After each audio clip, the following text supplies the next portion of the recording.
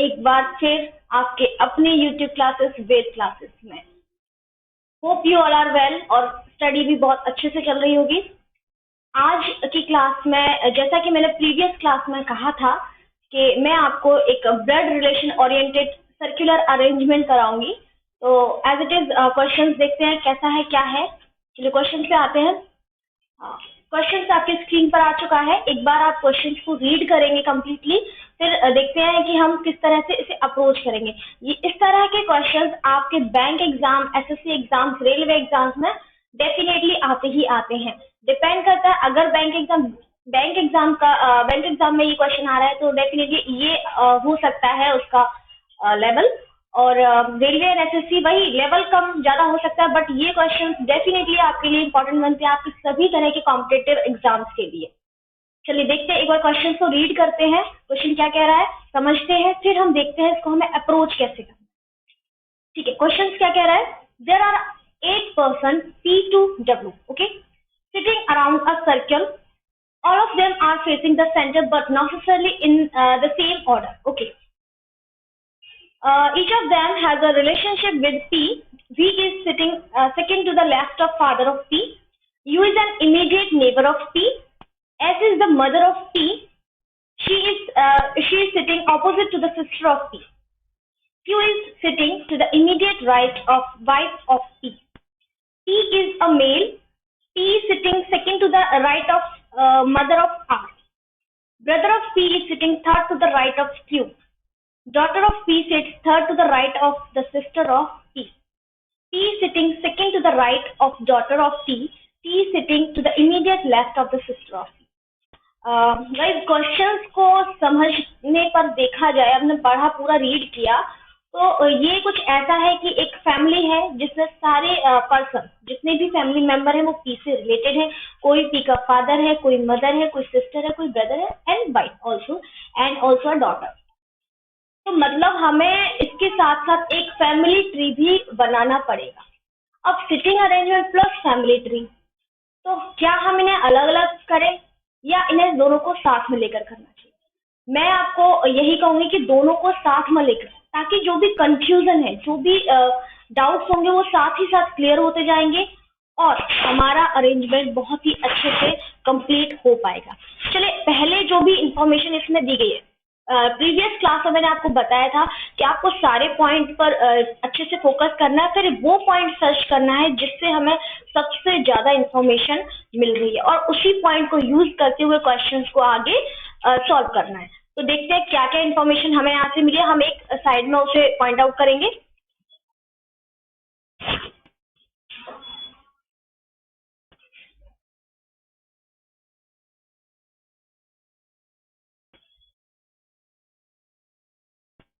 Okay guys, यहाँ क्या दिया हुआ है, फर्स्ट इंफॉर्मेशन अगर देखा जाए तो सारी इंफॉर्मेशन मैं साइड बाई साइड लिखती जाऊंगी। दिया हुआ है V is sitting second to the left of father of P. P के सेकंड लेफ्ट में, P के फादर के सेकंड लेफ्ट में, भाई P के जो फादर है उनके सेकंड लेफ्ट में भी है, क्लियर है। सेकंड जो इंफॉर्मेशन वो दिया हुआ है, U is an immediate neighbor of P. Okay, U क्या है, P का इमीडिएट नेबर है। अच्छा, U और P एक बात देखना साथ में बैठे हैं तो U इस साइड भी तो आ सकता है, मतलब U की पोजीशन दोनों साइड हो सकती है। समझ आ रहा है, यू की पोजीशन पी के दोनों साइड हो सकती है, बस ये बताया गया है कि इमीडिएट नेबर है। इट मींस यू पी के राइट में भी हो सकता है एंड लेफ्ट में भी हो सकता है। थर्ड इंफॉर्मेशन आपको क्या कह रही है, S is mother of P and she is sitting opposite to the sister of P. Okay, S कौन है, पी की मॉम है, मदर है, और वो कहाँ बैठी है, ऑपोजिट बैठी हुई है पी की सिस्टर के। ठीक है, चलिए फोर्थ इंफॉर्मेशन क्या कह रही है, Q is sitting to the immediate right of the wife of P. P की वाइफ के इमीडिएट राइट में Q बैठा हुआ है। ठीक है, चलिए P की वाइफ कोई भी होंगी, हमें नहीं पता, बस कोई तो होंगी, इमीडिएट राइट में Q बैठा हुआ है। ठीक है, ये P की वाइफ है, जो भी है इनके इमीडिएट राइट में बैठा हुआ है Q। फोर्थ हो गया, चलिए फिफ्थ यहाँ लिख लेते हैं। लेट मी चेक कि आपको क्लियरली विजिबल है। Yes, okay. 5th नंबर पर क्या दिया हुआ है, टी इज अ मेल, और वो कहाँ बैठा है, T is sitting second to the right of the mother of R. Okay, R की जो मदर है उनके सेकेंड राइट में टी बैठा हुआ है। चलिए, आर की जो मॉम होंगी उनके सेकेंड राइट में टी बैठा, और टी क्या है, एक मेल पर्सन है। ओके, चलिए 6th नंबर पर देख लेते हैं क्या दिया हुआ है,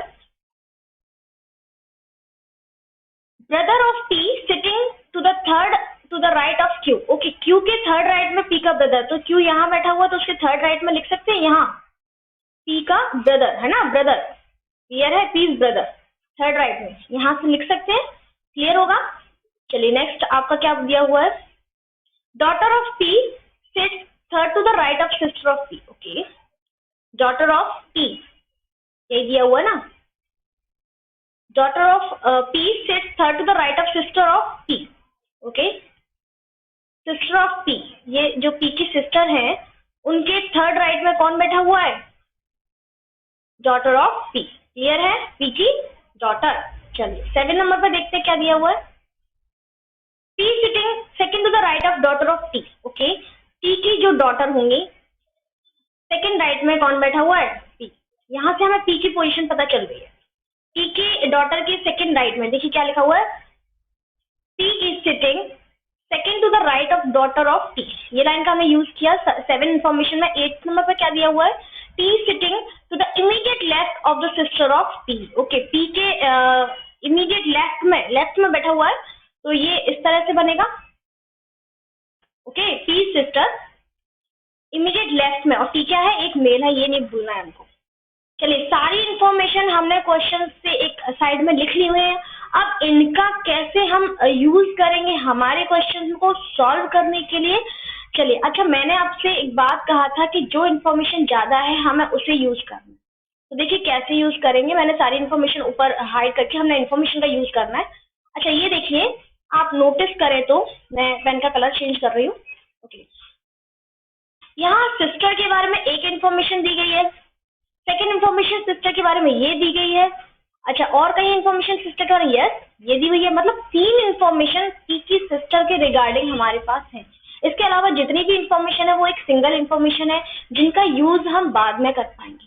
तो हमें सबसे ज्यादा क्या, मैंने वही बोला था कि जितनी ज्यादा इन्फॉर्मेशन जिसके बारे में दी गई है उसका सबसे पहले यूज करना। चलिए मेंबर कितने थे, हम साइड बाई साइड करेंगे, ये यहाँ हम फैमिली ट्री बनाएंगे और यहाँ हम मेंबर लिखेंगे। Okay, 1 2 3 4 5 6 and 7 8। ओके, क्लियर है यहाँ तक।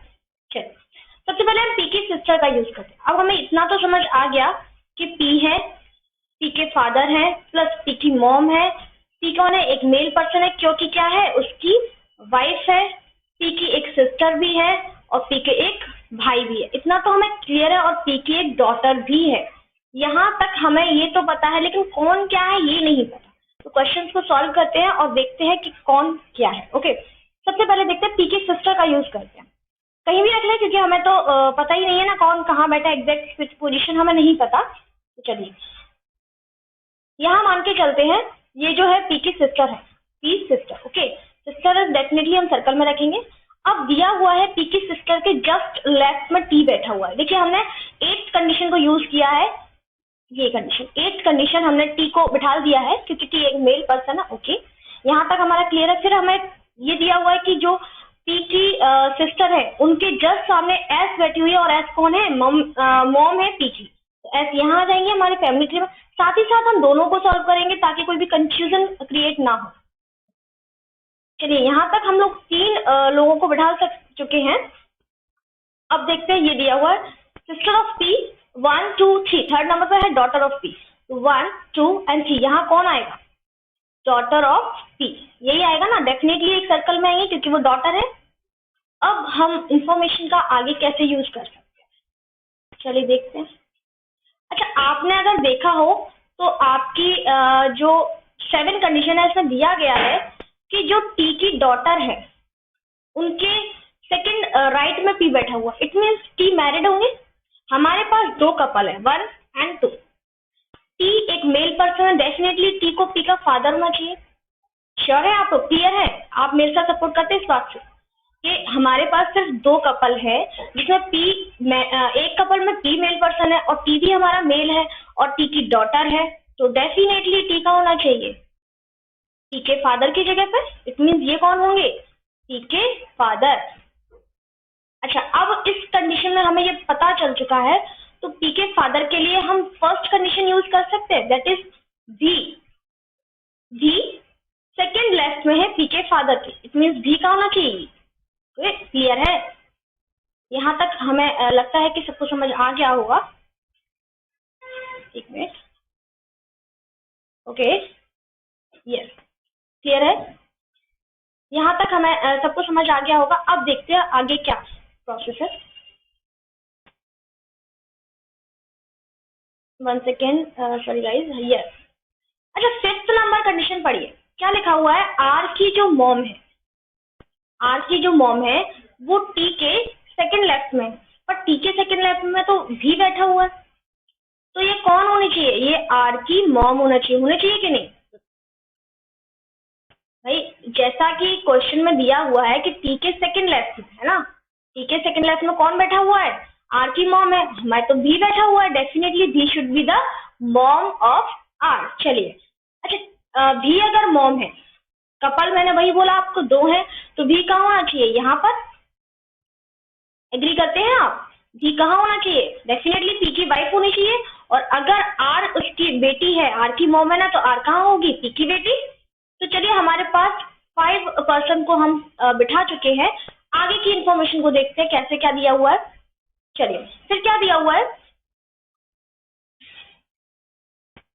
इंफॉर्मेशन के अकॉर्डिंग सिस्टर ऑफ P ये हम यूज कर चुके हैं। U एंड P साथ में बैठे हुए हैं, डेफिनेटली U और P यही आएंगे, है ना, कोई और पोजीशन दी नहीं गई हो। हाँ, ये हो सकती है, पर देखते हैं आगे क्या हो सकता है। अभी तक P's वाइफ, P की वाइफ कौन है? V। फिर क्या दिया? P की वाइफ के जस्ट राइट में Q है, तो यहाँ हम यूज कर सकते हैं 4th कंडीशन का। भाई 4th कंडीशन का भी हमने यूज कर लिया। P की वाइफ कौन है? V के जस्ट राइट में बैठे हुए Q। क्लियर है? बट Q का जेंडर अभी नहीं पता कि Q कौन है। चलिए, कोई बात नहीं, हमने तो बैठना था, हमें तो सिटिंग दिखानी थी कि P के वाइफ के राइट में Q बैठी हुई है। ओके, अच्छा, 4th इंफॉर्मेशन में ही दिया हुआ है कि जो ब्रदर है P के, देखिए दिया हुआ है P के जो ब्रदर है वो Q के 3rd राइट में बैठे हुए हैं। तो बिठा लें 1, 2 एंड 3। डेफिनेटली ये यहाँ कौन आएंगे? P के भाई, इट मीन्स ब्रदर, और ब्रदर है तो स्क्वायर में होंगे। यहाँ तक सब कुछ क्लियर है? ठीक है भाई, ओके। अब आगे देखते हैं और कौन कौन सी इंफॉर्मेशन जो अभी तक हमने यूज नहीं की है। देखिए क्या दिया हुआ है? सिस्टर ऑफ P के 1, 2 एंड 3 कौन बैठा हुआ है? Daughter of P। अच्छा, P की डॉटर कौन है? R है, ओके, और सिस्टर ऑफ P। चलिए, यहाँ से आप एक चीज देख लें, यहाँ पर यहाँ हमने सारी इंफॉर्मेशन को यूज कर लिया है। आप देख रहे हैं डॉटर ऑफ P तो कौन है भाई? ये है ना, और डॉटर ऑफ P हमने देख चुके हैं, यहाँ R दिया हुआ है तो R आ गया। अब R कहाँ बैठा है? सिस्टर ऑफ P के 3rd राइट में, ये बैठी है सिस्टर ऑफ P। 1, 2, 3 ये भी क्लियर है, हमने यहाँ तक भी क्लियर कर लिया। अच्छा, अब केवल 2 ही इंफॉर्मेशन बची हुई है, P और U, ये वाली क्लियर है? P और U एक साथ बैठे हुए हैं, और P और U के बिठाने के लिए सिर्फ आपको ये 2 ही जगह बची है, एक ये वाली और ये वाली। ठीक है, अब P का भाई बैठा है, इट मीन्स P तो यही आएगा, तो U कौन होना चाहिए? P का भाई। चलिए, यहाँ पर हम ट्री में भी लिख देते हैं U का भाई कौन होगा? P। यहाँ पर U हो गया। अब बची है सिस्टर, क्यों डिफाइन है? सिस्टर के लिए आप देख सकते हैं जो भी बचा हुआ कंटेंट वो कौन है? W। Yes, W। तो यहाँ कौन होना चाहिए? W। तो यहाँ भी W आ जाएगा हमारे फैमिली ट्री में। क्लियर है? आपके पास P तो कोई मेल है, तो डेफिनेटली हमें इसे स्क्वायर में। हमें अभी तक Q के बारे में कोई ज्यादा इंफॉर्मेशन, इवन कोई इंफॉर्मेशन मिली ही नहीं है। हमने सारी कंडीशन आप देख सकते हैं, 1 से लेकर हमने 8 तक सारी कंडीशन, सारी इंफॉर्मेशन का यूज कर लिया है, और हमारा एक सर्कल भी बन चुका है, एक सिटिंग अरेंजमेंट बन चुका है, साथ ही साथ एक फैमिली ट्री भी बन चुका है। अब Q की पोजीशन क्या हो सकती है? आप देखिए 1, 2, 3, 4, 5, 6, 7 मेंबर फैमिली के ऑलरेडी डन है फैमिली ट्री में। सिर्फ एक मेंबर जो कि क्या है, क्यू है, उसके बारे में कोई इंफॉर्मेशन नहीं है। हो सकता है क्यू आर का भाई हो सकता है क्यू भी का भाई हो, कुछ भी हो सकता है आर की बहन हो, तो क्यू के बारे में कोई इंफॉर्मेशन नहीं है। चलिए, अगर यहाँ तक आपको समझ आया है तो प्लीज गाइज लाइक और शेयर करना ना भूलें। आगे मैं आपको बताऊंगी कि अब क्यू के रिगार्डिंग क्वेश्चंस कैसे बन। गाइज आपके सामने कंडीशंस आ सकती हैं। फॉर एग्जांपल क्वेश्चन कैसे हो सकता है ये मैं आपको बताऊं।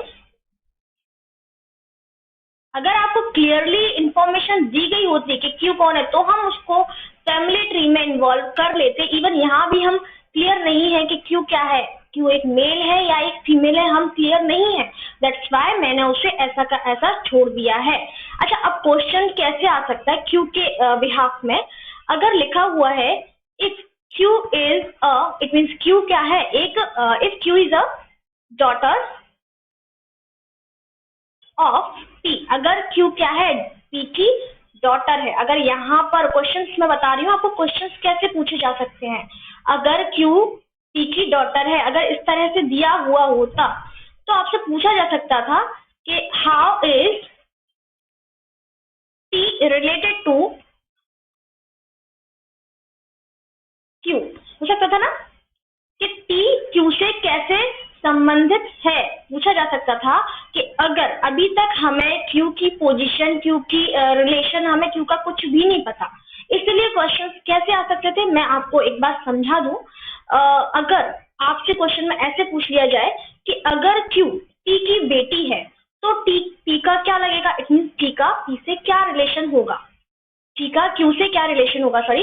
अगर क्यू टी की बेटी है तो टी क्यू के कौन होंगे, ग्रैंडफादर, डेफिनेटली वो तो आर के भी होंगे। लेकिन अगर दिया हुआ है कि क्यू टी की बेटी है तो क्यू टी की क्या लगेगी, क्यू का टी के साथ क्या रिलेशन होगा, डेफिनेटली क्या होगा, ग्रैंड डॉटर। ऐसे क्वेश्चन आ सकता है कि अगर क्यू टी का बेटा है, अगर if Q is the son of T then how is S related to Q. हो सकता है ना गाइस कि अगर क्यू पी का बेटा है तो एस क्यू से कैसे संबंधित होंगी।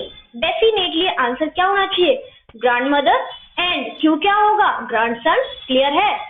इसके साथ ही क्वेश्चन आ सकता है कि if Q is a daughter of P then what will be the W of Q. W Q का क्या होगा भाई, मम्मी पापा की बहन, पापा की बहन कौन होती है, बुआ जी। हिंदी में बुआ जी और इंग्लिश में आंसर होगा आंट। एंड सेम एज पूछा जा सकता था कि क्यू अगर पी की बेटी है तो डब्ल्यू क्यू से कैसे संबंधित होगी, आंट, एंड क्यू डब्ल्यू से कैसे संबंधित होगा भाई, भाई की बेटी, भतीजी, है ना। क्लियर है। सेम एज पूछा जा सकता था कि भी क्यू से कैसे संबंधित है, पूछा जा सकता था ना। तो डेफिनेटली मदर। आज की वीडियो में ये जो क्वेश्चन है आप उसको एक बार और कोशिश करेंगे अपने आप से, और अगर आपको नहीं समझ आएगा तो इसी वीडियो को एक बार फिर से देखेंगे और खुद से करने का ट्राई करेंगे। इस तरह के क्वेश्चंस बैंकिंग एग्जाम्स में काफी ज्यादा पूछे जाते हैं, इसलिए गाइज ये जो क्वेश्चन है आपके लिए बहुत इंपॉर्टेंट है। क्वेश्चन बदल भी सकते हैं लेकिन अप्रोच बहुत इंपॉर्टेंट है। हमने एक बार फिर से हम इसकी अप्रोच को रिवाइंड करते कि हमने किया क्या है, हम एक बार फिर से डिस्कस करते हैं। हमने पहले सारे पूरे क्वेश्चन को अच्छे से रीड किया, देन सारे पॉइंट मैंने 8 पॉइंट इसमें काउंट किए, 8 से ज्यादा भी हो सकते थे, कुछ पॉइंट मैंने मिक्स किए, जैसे क्यू के 3rd नंबर पर पी का भाई है and S is the mother of P मैंने यूज किया।